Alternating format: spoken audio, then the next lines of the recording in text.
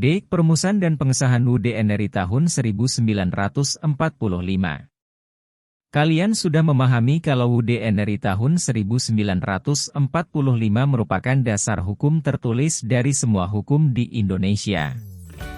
Kalau hukum dapat diibaratkan sebagai pohon besar, maka dasar hukum tertulis adalah ibarat batangnya. Semakin kokoh batang itu, akan semakin kuat pohonnya.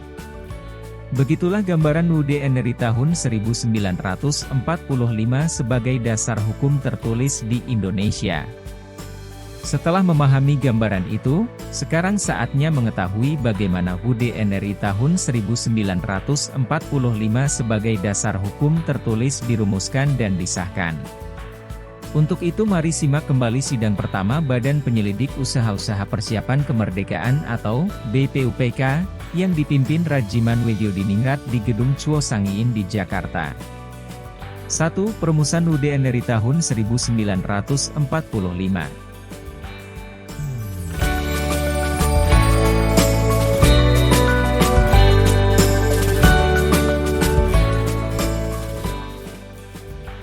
Sidang pertama BPUPK itu berhasil melahirkan Pancasila sebagai dasar negara pada tanggal 1 Juni 1945. Kalau negara Indonesia diibaratkan rumah, Pancasila adalah pondasinya. Kalau negara Indonesia diibaratkan pohon besar, maka Pancasila merupakan akarnya yang sangat kuat. BPUPK lalu menugasi Panitia 9 untuk menyusun sila-sila Pancasila.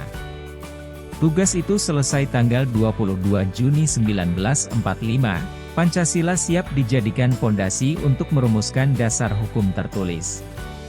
Lalu Pancasila pun dimasukkan menjadi inti mukadimah atau pembukaan dasar hukum tertulis.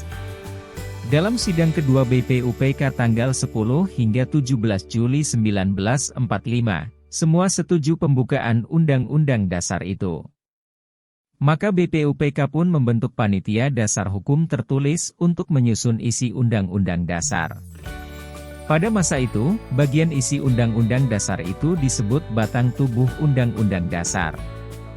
Panitia Dasar Hukum Tertulis tersebut beranggotakan 19 orang diketuai oleh Soekarno. BPUPK juga membentuk Panitia Keuangan dan Perekonomian yang dipimpin oleh Muhammad Hatta dan Panitia Pembela Tanah Air atau PETA yang diketuai Abikusno Cokroswioso. Panitia Dasar Hukum Tertulis pun bermusyawarah pada tanggal 11 Juli 1945.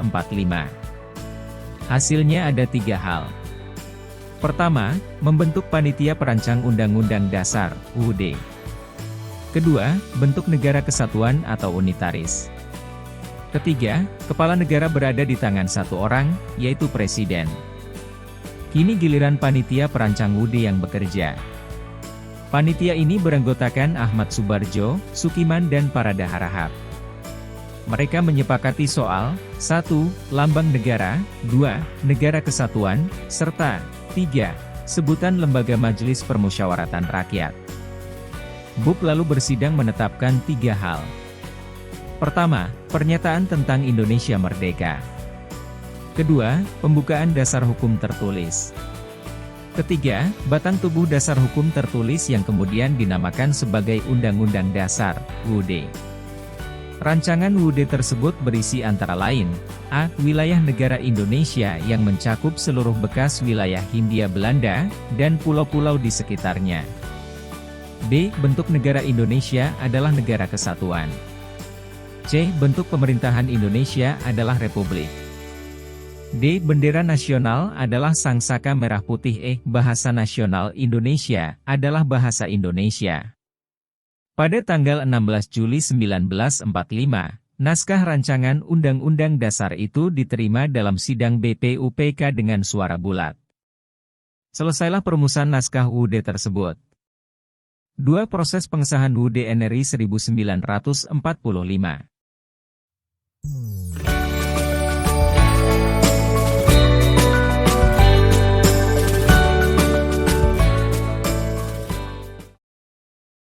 Setelah selesai merumuskan naskah UUD, BPUPK dibubarkan karena tugasnya telah selesai.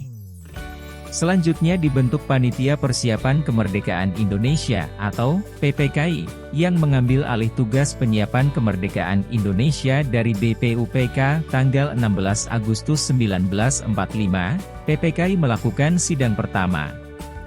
Sehari kemudian, tanggal 17 Agustus 1945 yang bertepatan dengan hari Jumat tanggal 9 Ramadan 1364 Hijriah, Indonesia merdeka.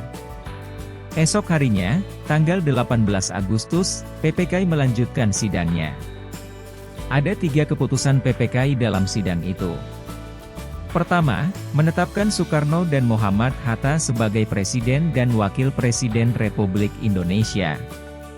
Kedua, Komite Nasional Indonesia Pusat atau KNIP, untuk menyusun kelengkapan pemerintahan. Ketiga, mengesahkan pembukaan Undang-Undang Dasar. Pembukaan inilah yang menjadi pokok dari Undang-Undang Dasar yang disahkan PPKI dan dikukuhkan oleh KNIP tanggal 19 Agustus 1945. Undang-Undang Dasar itu disebut Undang-Undang Dasar Negara Republik Indonesia tahun 1945 atau UUD NRI tahun 1945. Resmilah Indonesia mempunyai dasar hukum tertulis berupa UUD NRI tahun 1945 itu. Dengan ditetapkannya UUD NRI tahun 1945, bangsa Indonesia patut bersyukur pada Tuhan Yang Maha Esa. Bila diibaratkan pohon, negara Indonesia memiliki akar yang kuat berupa Pancasila serta batang yang kokoh berupa UUD NRI tahun 1945. 3. Sistematika UUD NRI tahun 1945.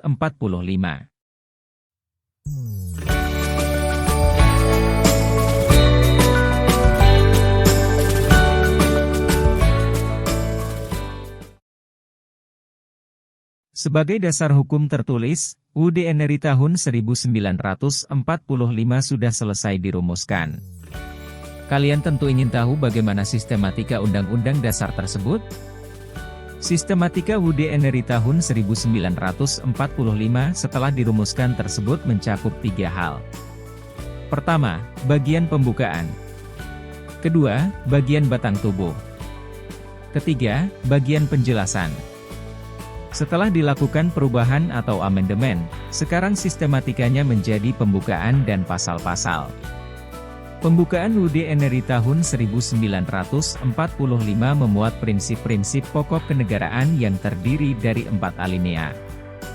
Keseluruhannya adalah mengenai bentuk negara, tujuan negara serta rumusan dasar negara Pancasila. Batang tubuh UUD NRI tahun 1945 terdiri dari 16 bab dan 37 pasal, 4 pasal aturan peralihan dan 2 ayat aturan tambahan. Para ahli menyebut batang tubuh itu merupakan rangkaian kesatuan pasal yang bulat dan terpadu. Untuk memperjelas isi batang tubuh UUD NRI tahun 1945, maka selanjutnya ada bagian penjelasan yang dilampirkan. Lampiran penjelasan itu terdapat di dalam Berita Republik Indonesia tahun kedua nomor 7, tanggal 15 Februari 1946.